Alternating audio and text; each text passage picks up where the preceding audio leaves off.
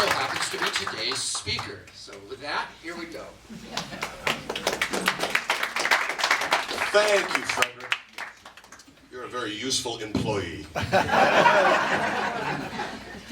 Well, I'm so delighted to see so many people here early in the morning because the seminars are probably my favorite part of doing these music festivals because I love the history of the music. And what I'm going to do this morning is a presentation called Ragtime Composers on Film. You know, ragtime music is now 130 years old, so there's no one alive that can really remember it. We have records from the original era, we have player piano rolls, but you know, sound film really was not common until the late 1920s, after which jazz had taken over.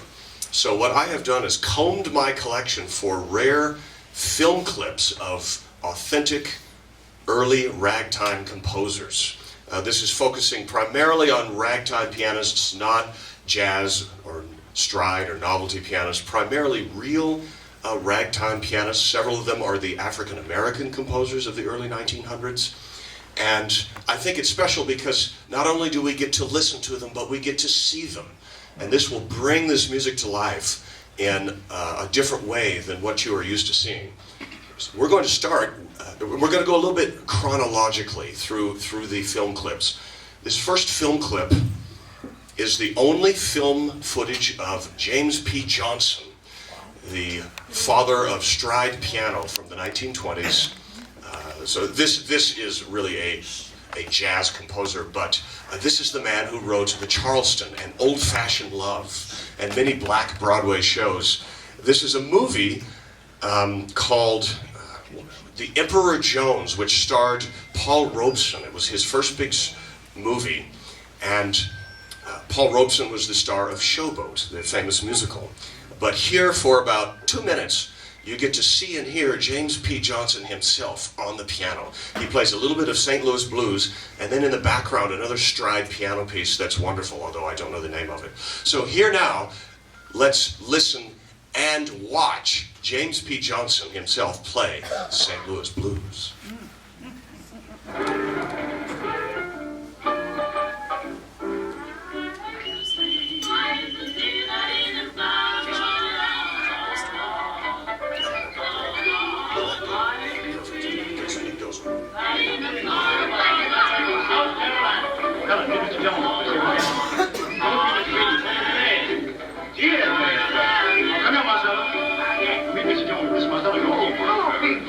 I got your fish and rice already, baby. You know, I'm from South Carolina myself. You're good from Georgia. Oh, that's right. I'm still sure I have a visit. She done bought her every state south of the line. This is my New York home bowl, and you'll always find me here. Oh, what's up? Where's on you? I don't know. She was around here somewhere.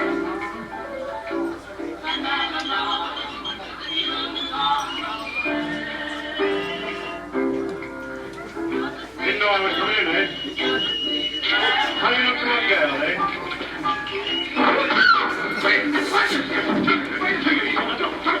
Don't do that, son. Not to go out of my house. We ain't gonna send me to jail. Yeah, go ahead and tell it. Jimmy Johnson's playing some more. Can you hear him? No one sounded like James P. Johnson. There she is. Undine, meet Mr. Jones.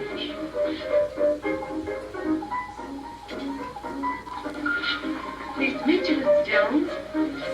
Want to dance? Sure, go ahead. You my buddy, ain't you? How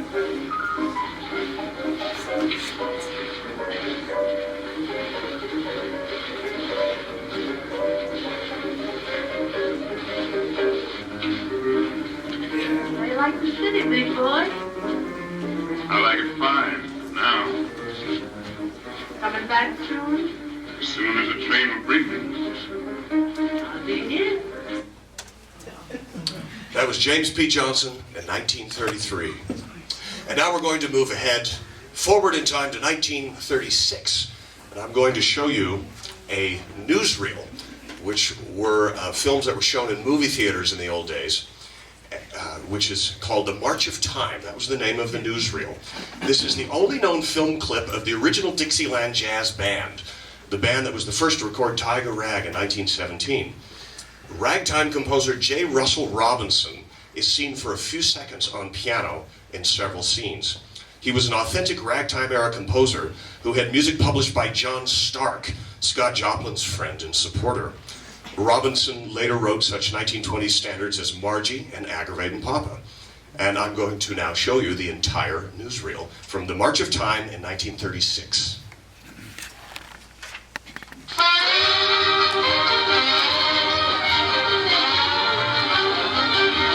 Every day into music shops from coast to coast go more and more customers, all for the same thing, the latest in swing music. Music publishers and songwriters, finding that swing music is ordinary music played with impromptu variations, meet the ever-growing popular demand by grinding out routine tunes, adding swing to every title. As the nation's new musical fever rises, swing is accepted at Manhattan's ultra-formal Rainbow Room. It is indispensable at dark Harlem's hot and noisy Savoy.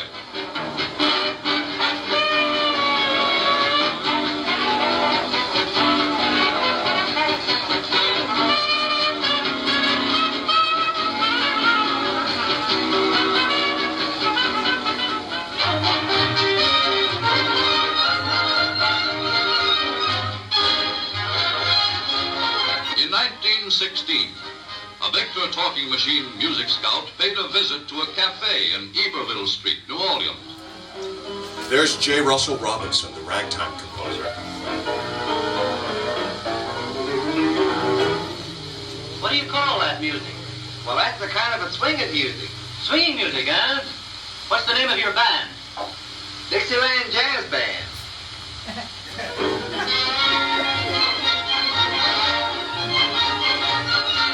With their agent's report urging a trial recording, the Victor Company pays transportation, brings the Dixieland Band to its New York studios. Okay, boys, get ready.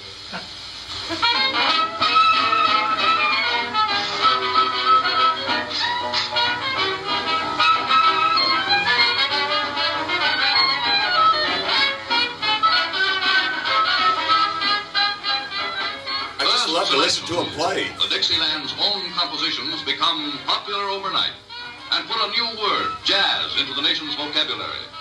The band becomes a top-notch Broadway attraction. But when every small orchestra calls itself a jazz band, the Dixieland Band sinks into obscurity as the name jazz becomes synonymous with cheap music.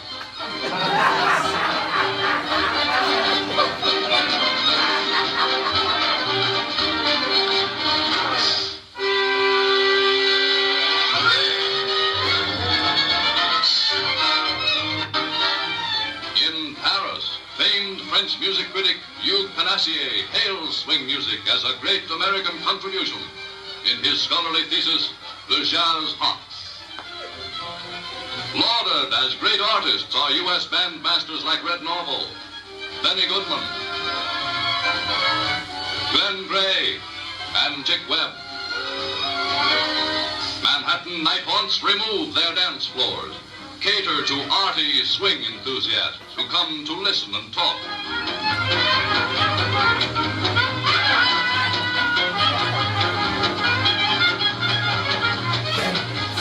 Subject of much heated aesthetic debate is the genealogy of swing. In England, Oxford students form a hot club. Members seek to determine whether this new music originated with the African or the Indian.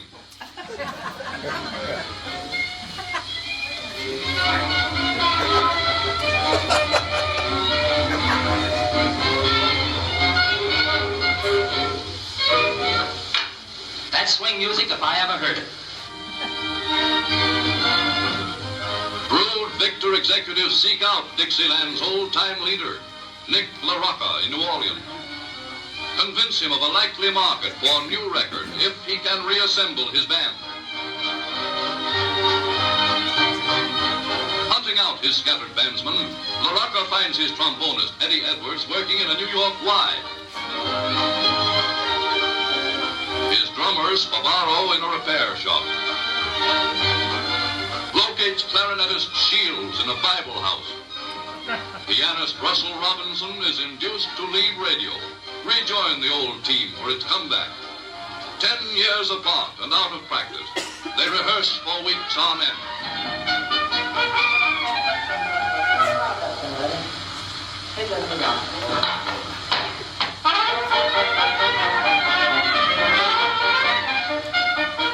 Not until early in 1937 does the New Orleans troupe get its hearing. From an old friend, radio's Ken Murray, comes a single appearance with him in Boston. They have chosen as their first number to give you their own famous Tigerette. Here they are. 1, 2.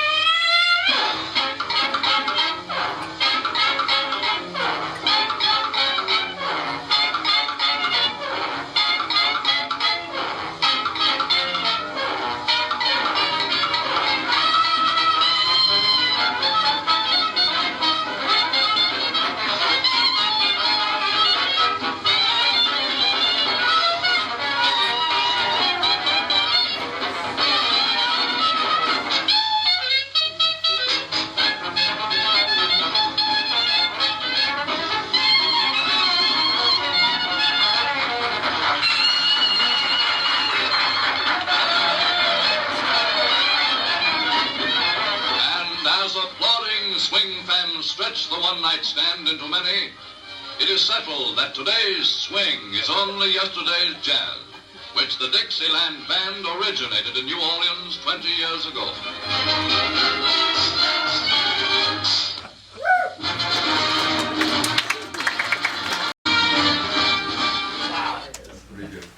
Isn't it amazing to see and hear on film the very first jazz band to ever make records? Mr. Swanson, may I ask a quick question? Yes, of course.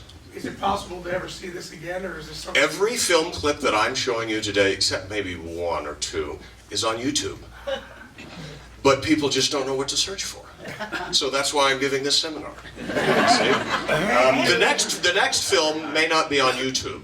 This came from the collection of a gentleman you may know named Frederick Hodges. About 15 years ago, he copied this on a DVD for me from an old Laserdisc.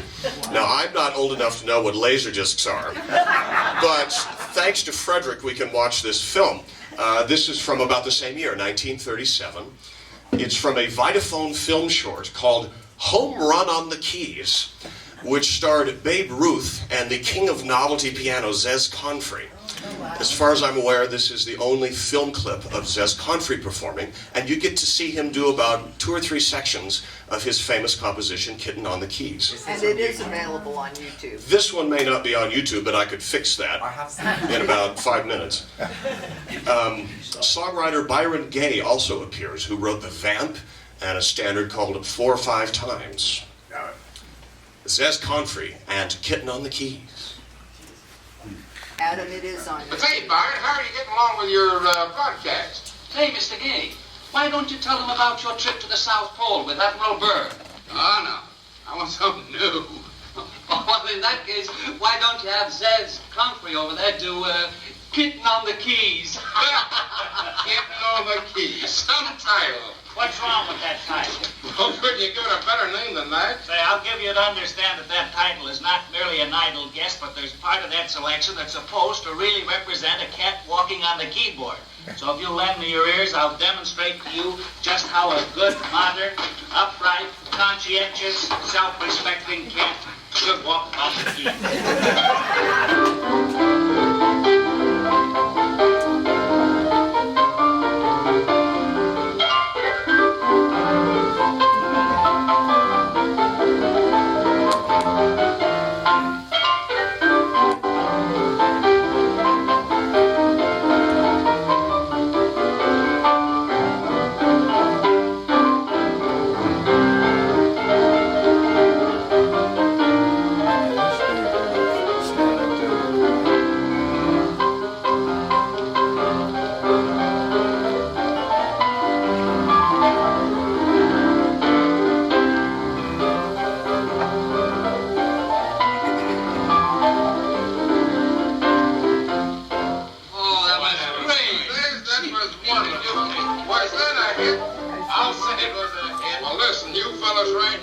that you made a home run. A home run?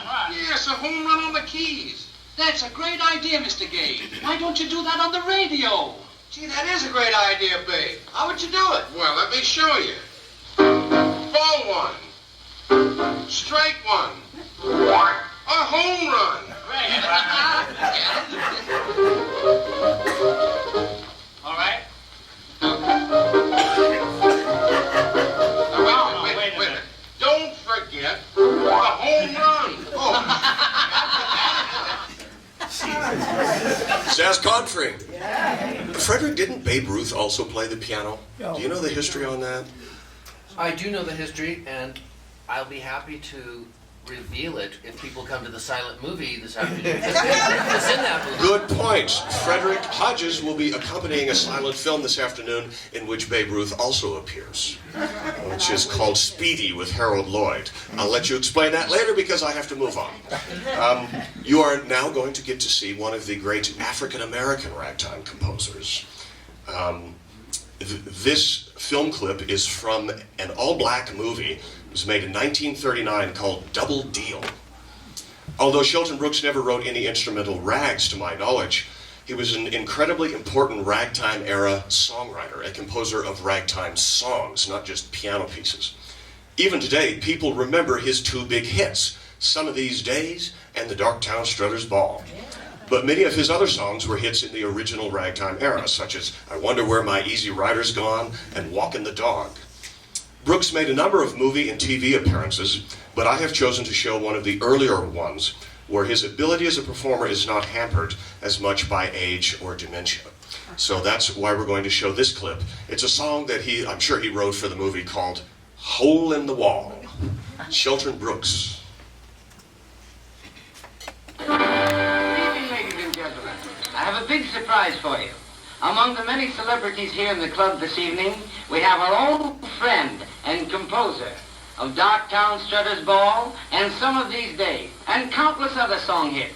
And that is none other than our old friend, Shelton Brooks. Shelton, if you'll come out and give us a number, thank you very much.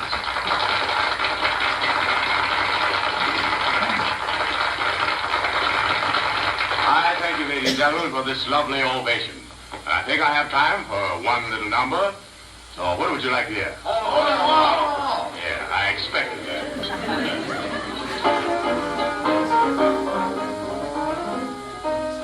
No matter where you travel around, you'll always find in every town a place where the real gang hang around. It's rather small. You always call it the hole in the wall. Say you see white folks off the roof, down in the place, go down to dusky waiters serving hooch, high brown babies doing the gooch. You see it all, the hole in the wall. Now I know a guy they call Bad Jim. Most everybody is afraid of him, but Bad Jim, he lies now in bed. Two black eyes and a bandaged head.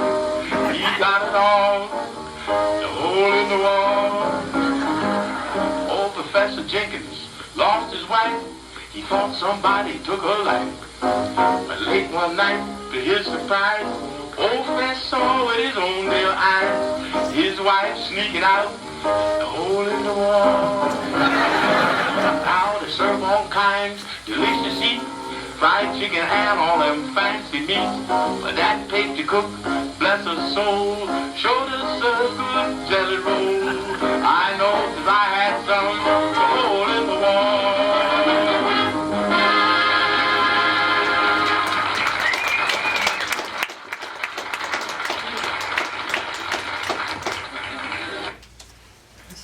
Shelton Brooks. He lived well into the mid-1970s, and by that time he became a revered composer. All of the members of the Maple Leaf Club, the Ragtime Revival Club that were in Los Angeles in the 1960s and 70s, all befriended him. And I think he even appeared on the Johnny Carson show once or twice. We're going to move ahead now to a clip from the television era, which might as well be over at this point. And this is from the George Jessel's show in 1953, you're going to get to see an 1890s vaudevillian named Joseph E. Howard. Joe E. Howard and his wife Ida Emerson were famed vaudevillians that performed for many years. He wrote a number of famous songs. In 1899, this man composed Hello My Baby, Hello My Gal, Ragtime Gal, which was the first big hit song about the telephone. Joseph E. Howard continued performing for years and even had his own TV show in the 1950s. And I believe that he performs in this film clip the same way that he would have in the 1890s. He had a magnificent voice. And this features his three most famous ragtime era songs. Hello My Baby, I Wonder Who's Kissing Her Now, and Goodbye My Lady Love. Joseph E. Howard. 1914, the Palace Theater in New York, the headliner, introducing great songs that he introduced himself alone, nobody but him. I Wonder Who's Kissing Her Now, Hello My Baby, Goodbye My Lady Love, a matinee idol of 1914, and the same goes for 1953, Joseph E. Howard.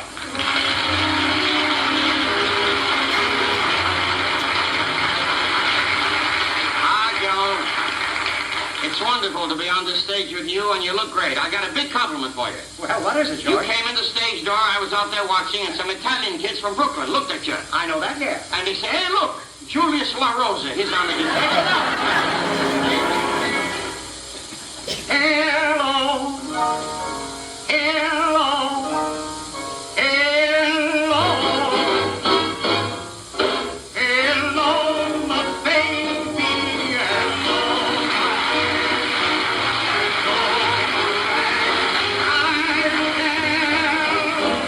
sing me a piece by a while, honey, my heart's on fire.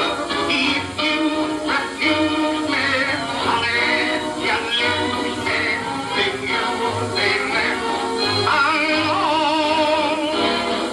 Telephone and tell me I'm your own. Hello, hello.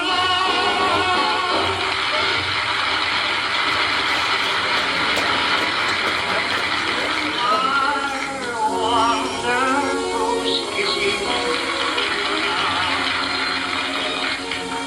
I wonder who's teaching aloud. I wonder who's looking into her eyes, breathing sighs, telling lies. I wonder who's buying the wine for the lips that I used to call mine. Why, I just wonder if she ever tells him of me. I wonder who's kissing her now.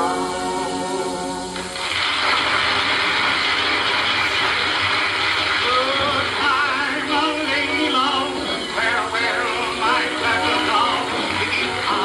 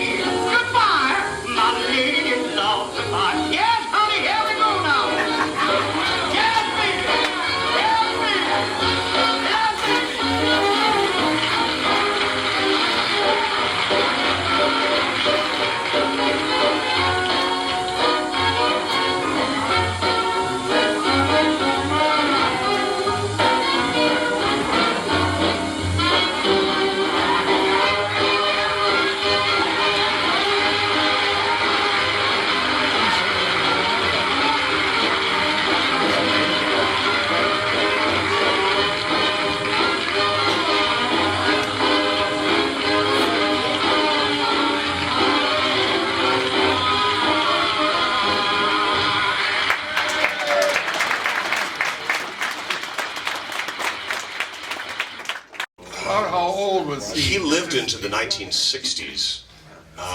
You know, if he was performing in the 1890s, you just have to do the math. You do it. I am much too tired, and my brain is not thinking that fast this morning. Google could do it. Boy, they just don't make them like that anymore. These modern people can go to heck. They already are. Yeah. Okay, now we're going to show another clip from a television show.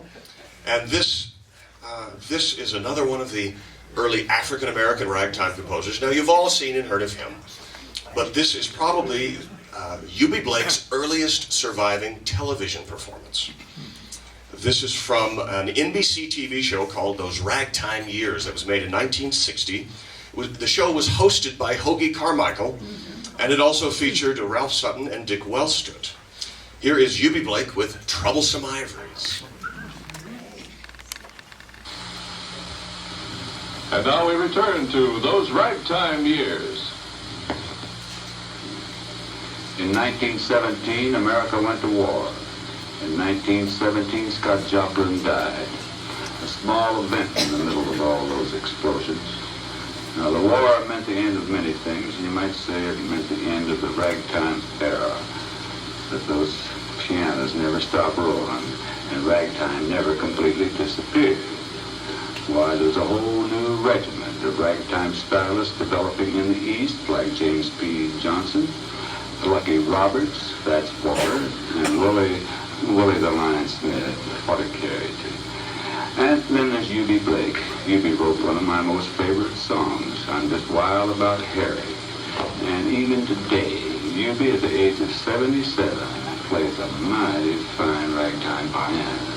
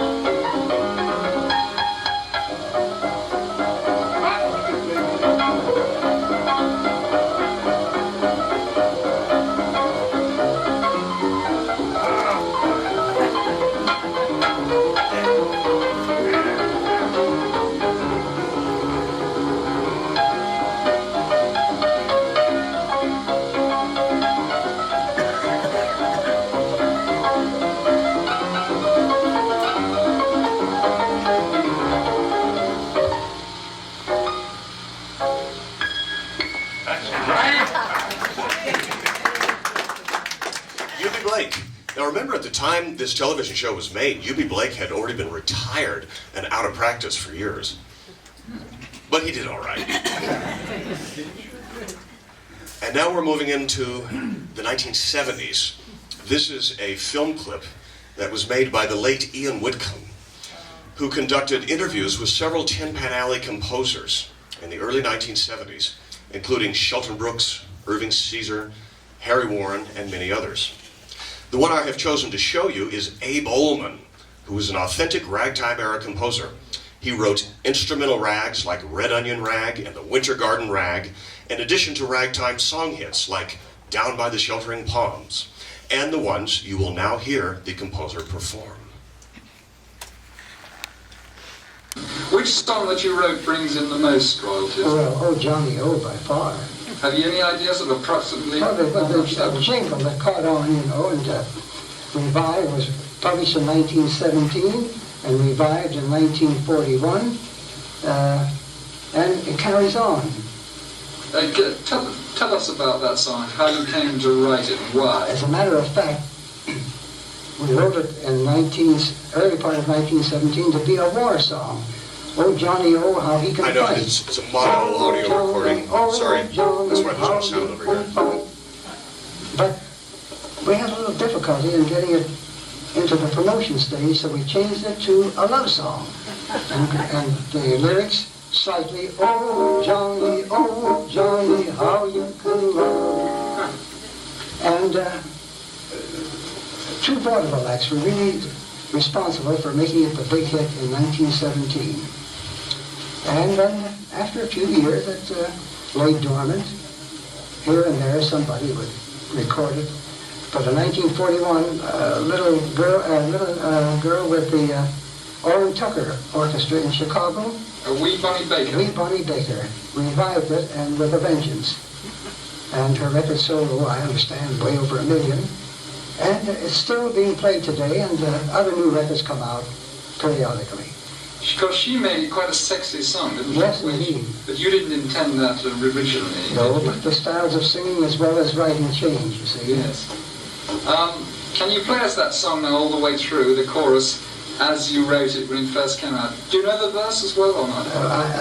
I might play the melody, I don't recall the lyrics. Who wrote the words? Ed Rose. But the tempo on the original is the same as the tempo today. He's a good hummer.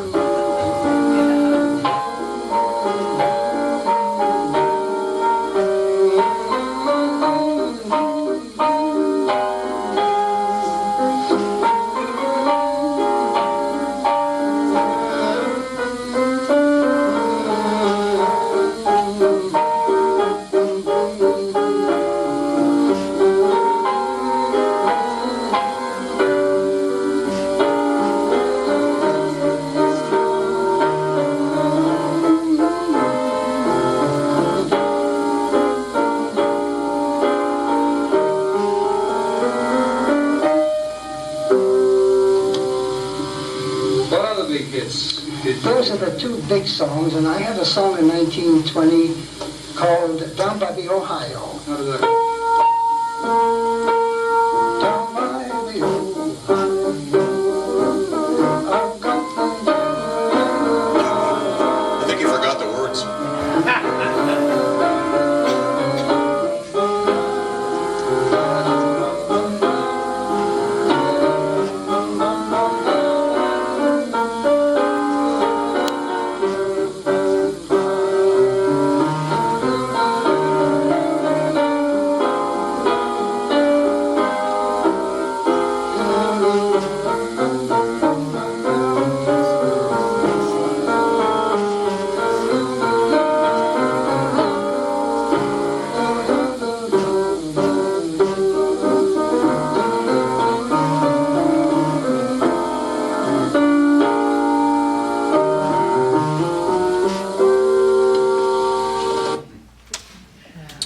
Ragtime composer Abe Olman.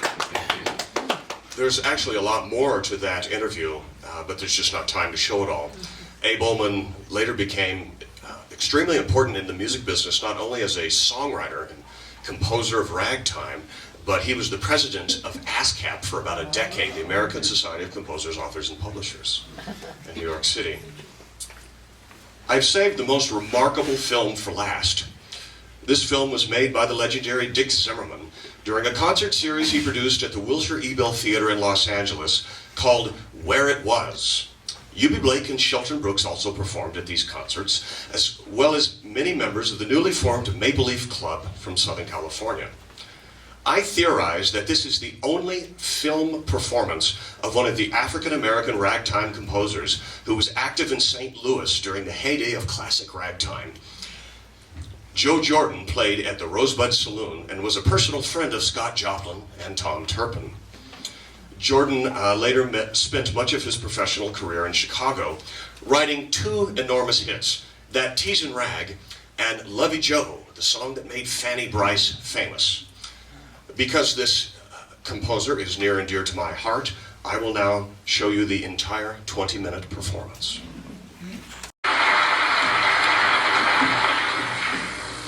I've been playing ragtime since since 1900. I wrote several songs for shows and actors.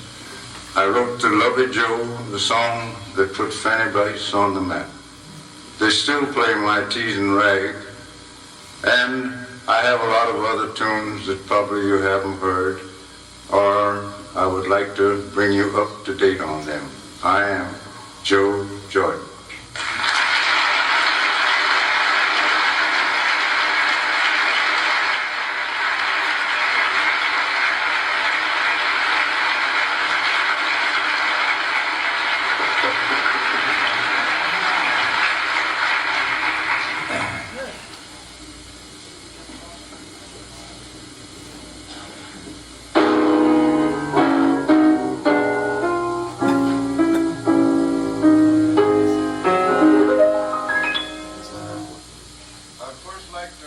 Play a little chorus of Lovey Joe, the song that made Fanny Bryce famous. And, but first I think I'll play for you my Teasin' Rag in its entirety. It is really a song. I wrote it in 1906. And Eubie Marks published it. And he had quite a few numbers. He was a wonderful trumpet player. I think his name was Rocco out of New Orleans. So he lifted a part of my Teasin' Rag and a part of Rocco's song, and he called it Dixieland One Step. And I know you've heard the Dixieland One Step because it's been popular all through the years and very popular today. And I want you to see when we get to the chorus how the Teasin' Rag was lifted out and lost its identity because the tune was called Dixieland One Step. That Teasin' Rag, it is a daisy, it's got everybody crazy. I bet that you never will feel lazy when you hear that Teasin' Rag. It's full of life from start to finish, minor and diminished. I bet that I can see your finish when you hear that Teasin' Rag. Oh, how sweet that music sounds. It's so entrancing when you're dancing. Everyone, all hands around. Teasin' Rag, that Teasin' Rag, say it's fearful, it makes you feel so cheerful. You lose your home if you're not careful when you hear that Teasin' Rag. Oh, Teasin' Rag, oh, that Teasin' Rag, oh, the rag makes you feel like dancing all the time. When you hear the band playing the music grand, you find yourself falling right in line. You two-stepping up and down, slow dragging all around, doing the pulse on and dance all night and day, all you'll ever say, oh, that Teasin' Rag.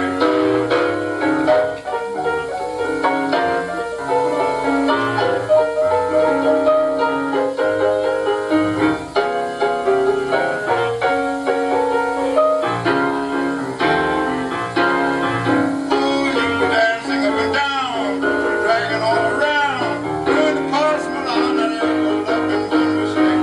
Dance all night and day, and all you'll ever say is, oh, that Teasin' Rag.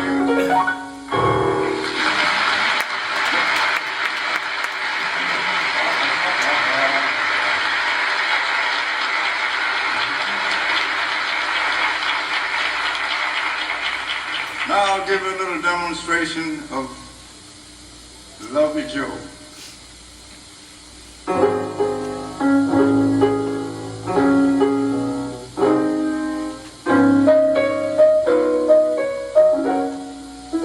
Oh, you Lovey Joe, that ever-loving man from way down home in Birmingham. He can do some loving and some loving show. When he starts to love me, I just oh, he's master of that ever-loving arm. For all you lovers quit, that's just where he starts. And when I hear the wedding march so grand,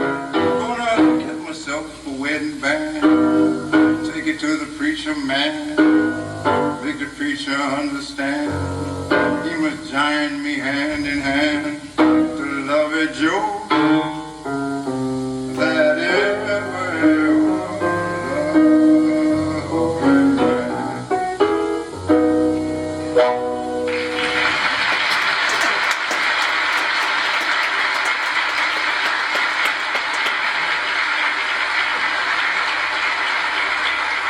This is the answer to it, brother-in-law Dan.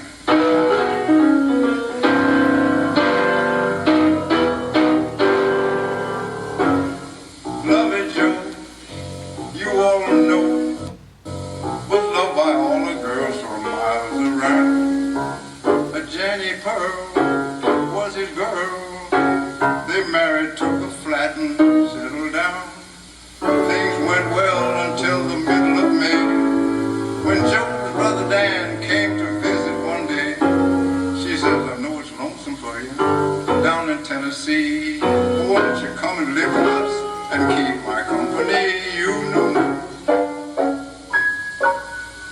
Oh, your brother-in-law Dan, brother-in-law Dan, you can love much better than your brother Joe can. You got a love and whisper that just tickles my ear, and a tantalizing voice that I just love to hear.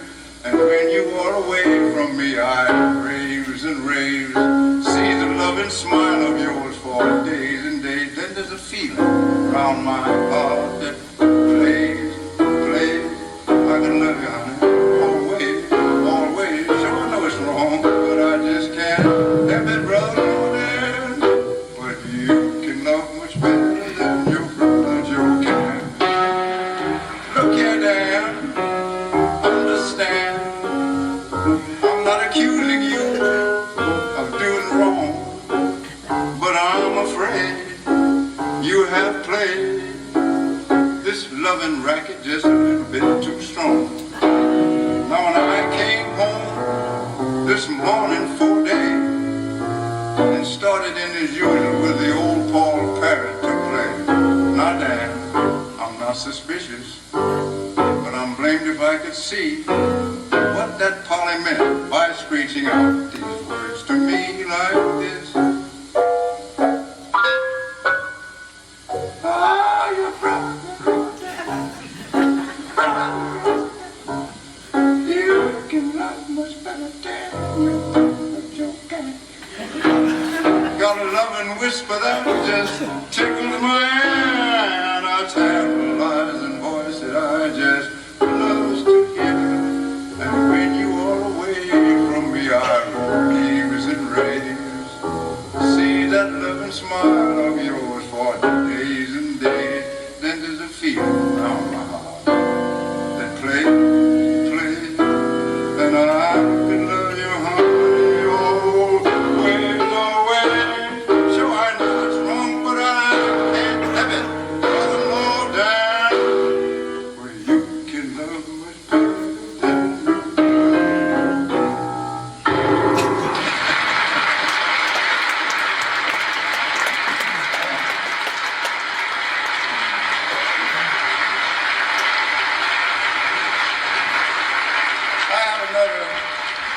I have another little number that you might be interested in. I had a friend that was going with one of my boyfriends, and he always was messing up. So she come to me, says, Joe, he says, you know one thing, you can't trust nobody, can you? I said, no, what's the matter? He said, well, it's gone and done it again. I said, yeah, okay, I'll write a song for you. The little old lady sang a tale of woe. She sang a tale of woe, and it went just so. I loved the man straight to his bones. It was a gent named Abraham Lincoln Jones. Caught him lying, and he broke his vow. And I can't put faith in nobody now. It's getting so you can't trust nobody. None of the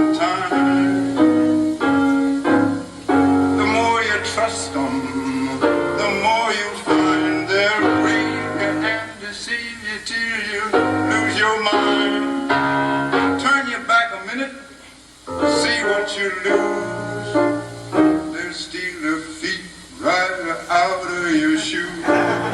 Getting so you can't trust nobody.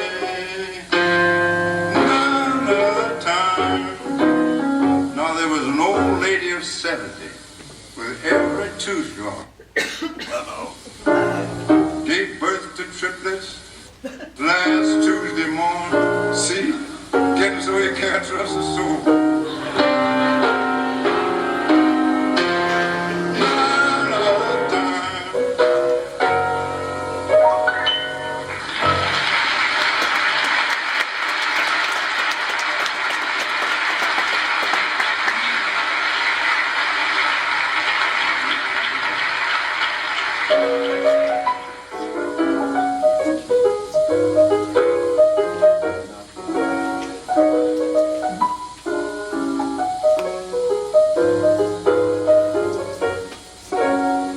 Sadie Jones worked hard all day for her family down at Sheepshead Bay.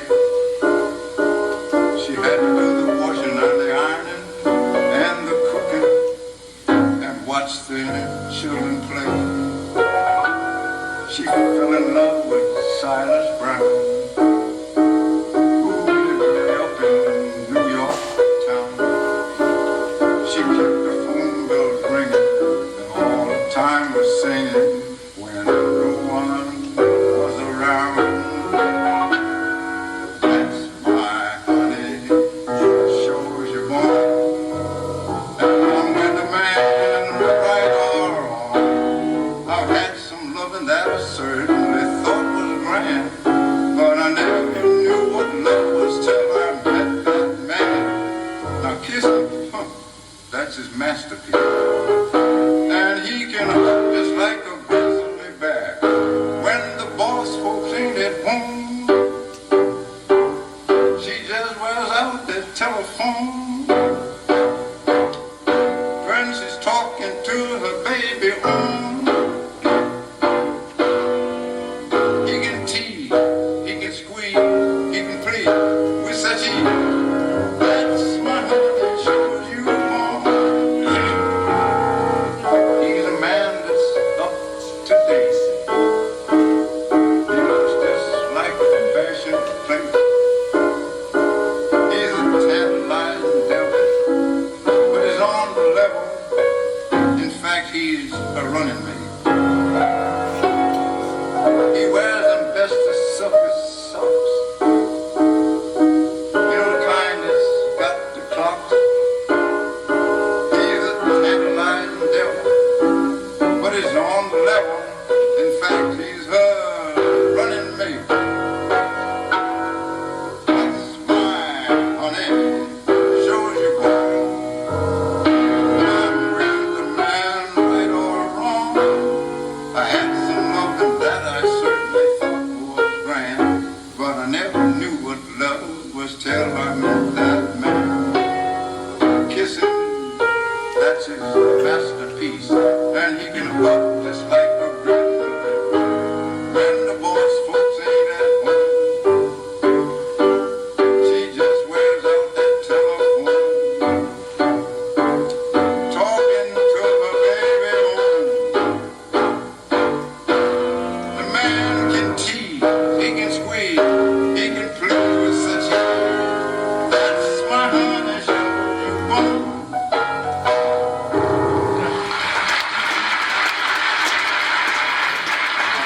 I'm just fixing the sync issue. Let's see if that All right, did you ever try to get it where it ain't? Is that possible or impossible? Okay, let's see. You can't get it where it ain't. Oh, baby, you got to get it where it is. You can be as serious as a paint. Oh, baby, but you just can't get it where it ain't. If you want finance, don't be a crank. The best place to go is to a bank. You can try, you can cry, you can fall out and faint, but you just can't get it where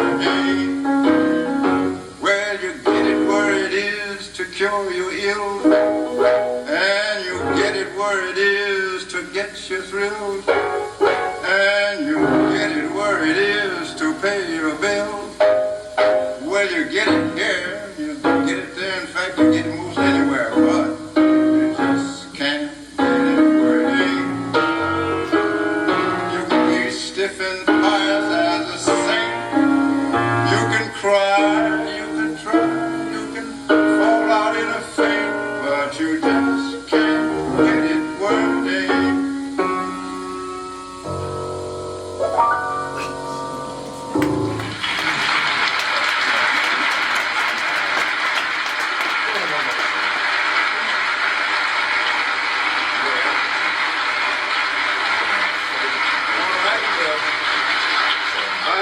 Song that I would like to have you all participate with me. How would you like to join and sing one with me? Okay, give me the house lights, please. House lights, please. Okay. This song is called The Old Black Crow.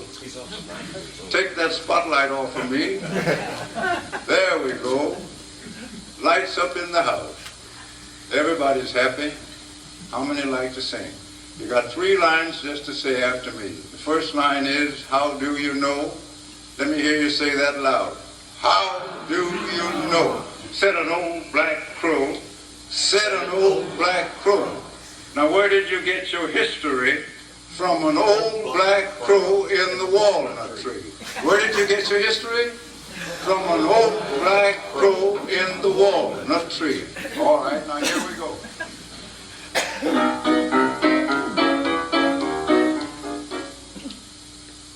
Gather around me, I've got a story to tell to thee. All an old black crow, you see, puts his nest in the walnut tree. How do you know?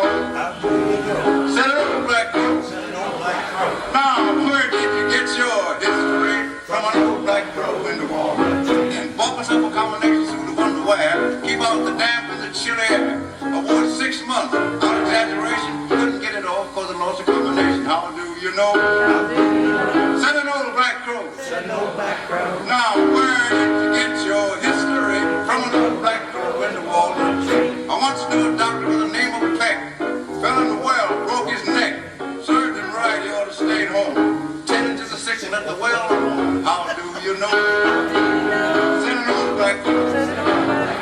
Where did you get your history? From an old black crow in the walnut tree. Went to the fish market to get some smells. I said, mister, have you got any smells? Oh, the smells, never smelled. Never smelled, no smells like them smells. How do you know? Said an old black crow. Where did you get your history? From an old black crow in the walnut tree. Vroom, vroom. Then you holler, black crow. Vroom, vroom. Black crow. That's it. Crow gone.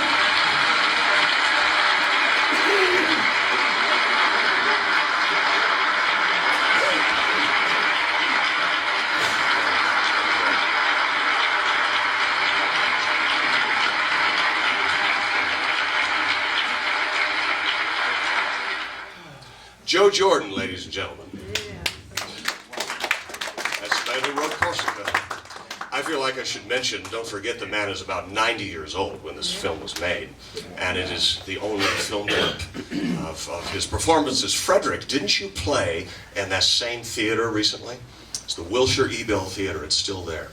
I think I have about 5 minutes if anybody has questions about this presentation. Dylan, first. I think you stated the video of Eubie Blake was the first one made. No, that film of Eubie Blake was not the first film of his performances, but the first one on television. So he was in movies and things before that. But Chuck. Yeah, this is more of a comment, but I think your abilities with technology is good enough. It'd be great if you could capture both kind of your lecture and the video. Oh, sure. Again, I think we discovered even the Zes Confrey movie is available on YouTube.